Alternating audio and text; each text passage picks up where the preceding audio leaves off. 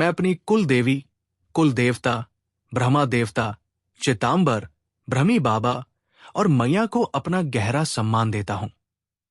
मैं सर्वशक्तिमान भगवान बालाजी महाराज, मां दुर्गा, श्री राम, देवी पार्वती और महादेव का मुझ पर अपनी कृपा प्रदान करने के लिए हार्दिक आभार व्यक्त करता हूं।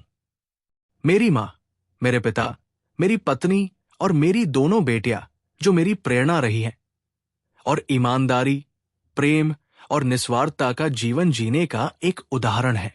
मेरे परिवार के सदस्यों ने मुझे इस काबिल बनाया कि मैं अब जो कुछ भी कर रहा हूं, कर पा रहा हूं। मेरी बड़ी बहन, जीजाजी और भांजी को मेरा आभार। देश भर में मेरे परिवार के सभी सदस्यों ने दुनिया के लिए कुछ अलग करने के लिए हमेशा मेरा समर्थन किया है। मेरे ससुराल में मेरे पिता, मेरी मां, मेरे भाई, मेरी भाभी, बड़ी बहनों और परिवार के सभी सदस्यों को मेरा हार्दिक धन्यवाद।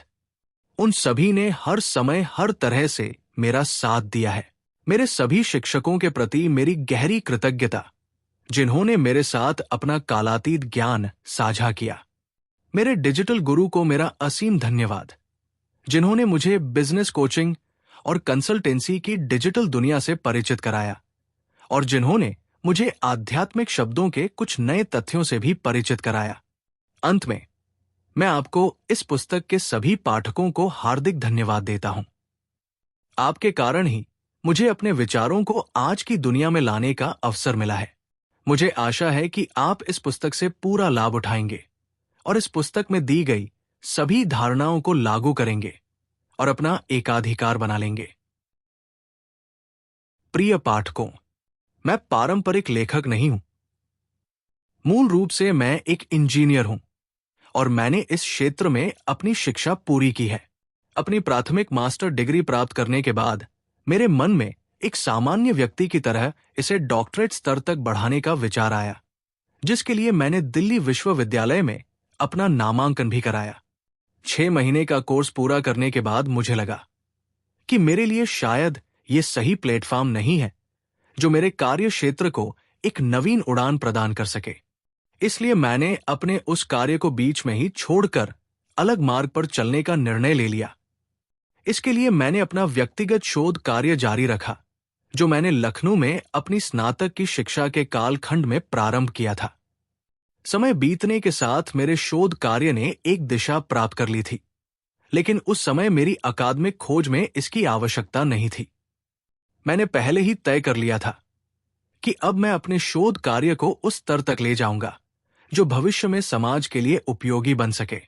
धर्मार्थ एक वास्तविक सत्य, इस विषय पर विचार बहुत समय से मेरे मस्तिष्क में पनप रहे थे, परंतु मुझे लिखने का सही समय और तरीका नहीं मिल रहा था।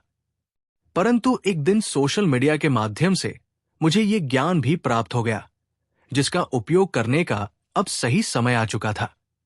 मैंने अपने जीवन में शायद ही कभी पूरी तरह से कोई पुस्तक पढ़ी हो, लेकिन मैंने अपने जीवन में जो पहली किताब पूरी तरह पढ़ी, उसका नाम वास्तव में मेरे जीवन का आदर्श था।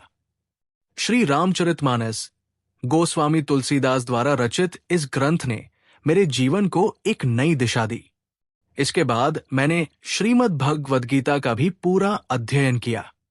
इन दोनों आध्यात्मिक ग्रंथों को पढ़ने के उपरांत मैंने अपने विचारों को, जो मैंने अपने शोध कार्य से मुझे प्राप्त हुए थे, उनको एक पुस्तक के रूप में लिखने का विचार बनाया। मैंने भी निश्चय किया कि अब मैं अपने विचारों को शब्दों की श्रृंखला के रूप में प्रस्तुत करूंगा।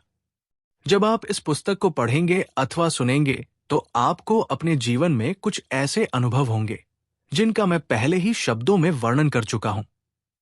इस पुस्तक को लिखते समय मैंने अर्ध ध्यान मुद्रा का प्रयोग किया है। आशा है कि ये पुस्तक आपको लाभान्वित करेगी और आपके जीवन में अभूतपूर्व परिवर्तन भी लाएगी।